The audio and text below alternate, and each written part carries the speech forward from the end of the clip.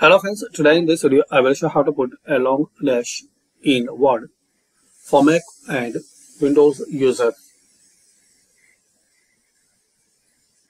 So open MS Word.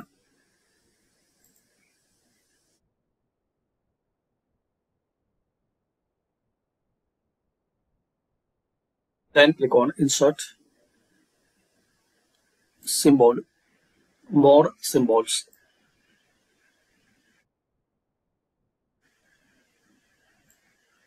Now in normal text you will see all type of dash. This is the short hyphen, non-breaking hyphen, bigger dash,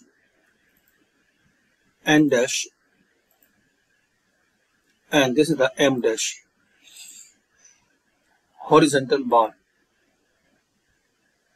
So this way guys you can insert all type of dash in Microsoft Word if you are using Windows or Mac OS.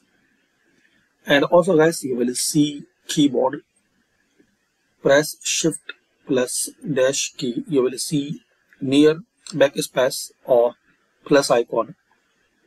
Without shift you can type this dash, and with shift or alt key you can type this dash. Mac user press alt plus that key.